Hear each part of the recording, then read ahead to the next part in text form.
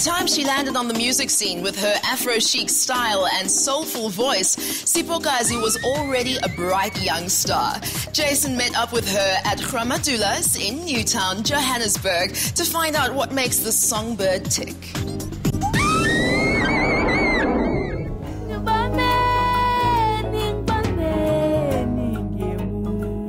She's that gorgeous woman with the golden voice.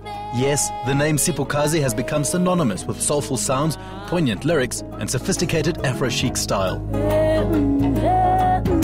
And today we're meeting Siphokazi at a place where all the local and international celebs like to go.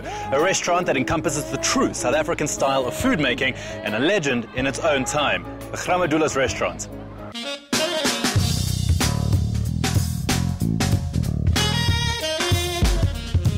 Hello, Jason. Ah, Siphokazi, how are you? Thanks, how are you? Good, very well, man. Take a seat, take a seat.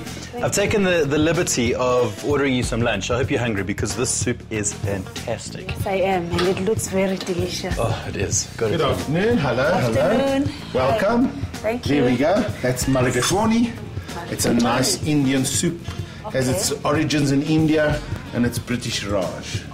Clears the sinuses. Oh, yes. Especially on a day like today. That's fantastic. So let's start right at the beginning. Siki is where you grew up in the Eastern Cape. What was that like? It was amazing. My grandmother used to teach at my primary school. So I used to follow her around, and I grew up loving singing at school. And I used to make a lot of noise in class when the teacher was not there. And I was always punished for singing. So now, when did you realize that music was going to be it for your life? As I grew up, a lot of people came into my house, and these people used to come home to ask my grandparents if I can go with them to Johannesburg to record. And my grandfather refused, and he said I need to pass matric first. And I passed matric. He said, no, you must go and study something else, not music. And then they found me a job where it was Town Top Furnishers. And we had an interview there. And this guy asked me, what is it that you really want to do? I told this guy I want to sing. And that is when I was released to come to Johannesburg and study music. With the skills she attained from the course, Siphokazi released her first album in 2006, Ubuntu Bam, which marked a new era for her as it quickly made its way right to the top of the charts.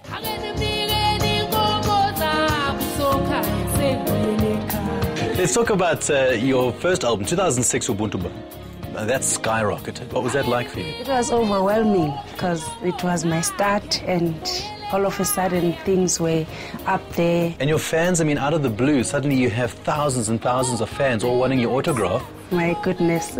And I was not used to that. How do you stay grounded? I love people, and where I come from, I always remember where I come from, and my spirituality as well. I believe it humbles me a lot. Now tell me about your relationship with Dorothy Masuka. What was that like? I first met her when we were doing a documentary of the Sophia town, and I saw all of them with the late Dolly Ratebe, Mama Abigail Kupeka, and what I saw was amazing because they supported one another, and they've got style. When they are dressed up, you just wish.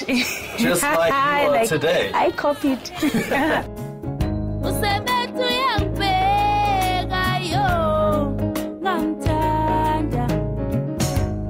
Tell me about your music itself. A lot of people have described it as quite mature. My music is a fusion of 3 genres: gospel, jazz, and maskandi. What do you write about? Where do you get your inspiration from? When I grew up, my grandmother taught me about humility, humanity, respect, perseverance, loving, self-love. So I decided to sing about those things because I believe in all of us, these things come natural. Tell me about your latest CD.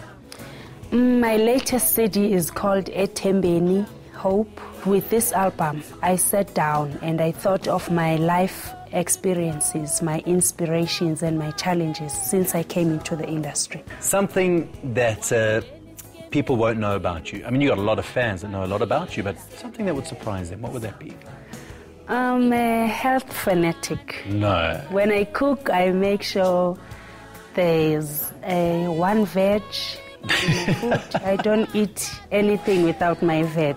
The best piece of advice that you've ever been given? I read a book that says God's delays are not God's denials. So if you pray and you think your prayers are not answered, it's not the right time for God to answer you. It's not a denial, it's just a delay.